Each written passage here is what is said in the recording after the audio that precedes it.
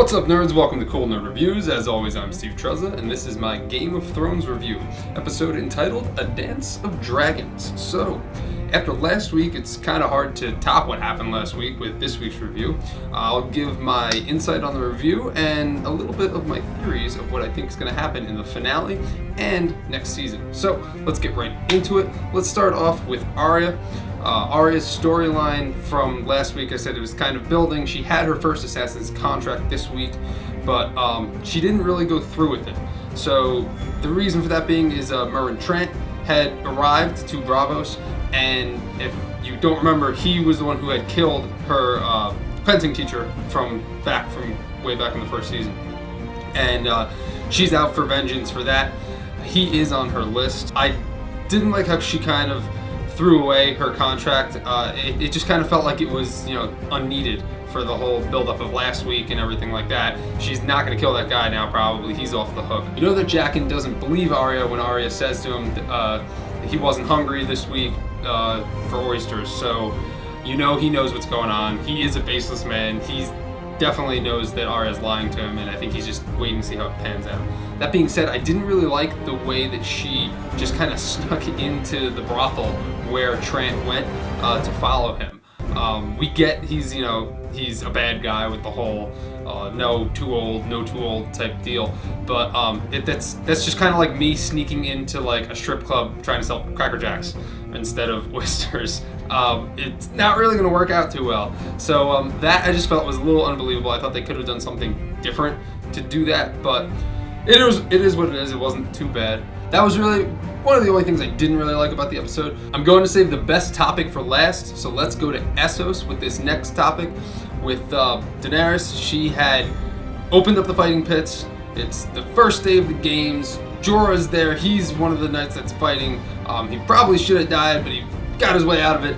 And you see, he kills everyone, and then he throws a spear up by Daenerys, and you think for a second that he might be aiming for one of them, but instead he hits one of the Sons of Harpy that was going to forge his attack on Daenerys. Then all the Sons of Harpy come up out of the stands, and they just all swarm them. You would think that the Queen's Guard would have a lot more people there, but they don't, and it looks like it might be the end for Daenerys and Jorah and Tyrion, and then out of nowhere, here comes Drogon. I thought it was a little predictable. I knew that it was going to happen. I called it right before it was going to happen when things started getting tense. They did let it go on a little bit long, but it was still a nail biter, and it was still fun and awesome, and I did enjoy it. I enjoyed seeing Drogon light everyone up too, and then Daenerys gets on him and flies away. So we finally see someone riding the dragons. Daenerys flies away. Where is she going? Who knows? Is she still in Meereen? I guess we'll find out in the next episode what's going to happen, what's going to come of that.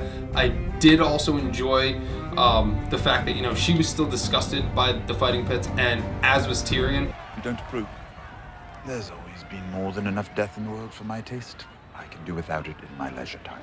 So it looks like they're kind of sharing the same interests, so we're kind of seeing them get along even more. And call me cliche, but yeah, they are two of my favorite characters on the show, and I love seeing them together, and I think they really fit each other too. Now to go to what everyone's talking about, going to Stannis.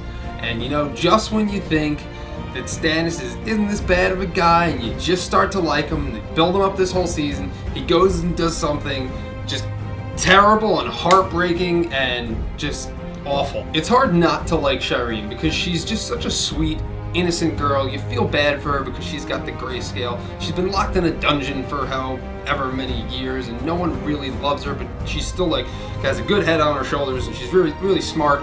And then Stannis goes and pulls this stupid move, and it just makes you loathe him, and it's just awful. It's good in the sense of the show because it's making you hate people. And now, who are you going to root for now? Are you going to root for Stannis as he goes into Winterfell? Because it kind of makes you hate him, but you still hate the Boltons too. So, when they clash, it's kind of like you don't care, but someone has to win. So I do enjoy what they're doing with this, but I do wish that they kind of kept up with keeping Stannis as more honorable of a man than he is. You see he's really power hungry, and just to do that, you kind of forgot the kind of person that he was, and they kind of bring it back now. So now what's going to happen when they invade Winterfell? Is Stannis going to win? Is the Boltons going to win? What's going to happen with Sansa? I think that's mainly what we're going to see in the finale. I hope it's good. So who do you want to win? Do you want Stannis to win still? Even though he just made that move? Do you want to see the Boltons crush Stannis, or do you want to see the Boltons win? Do you want to see both of them get annihilated by someone else?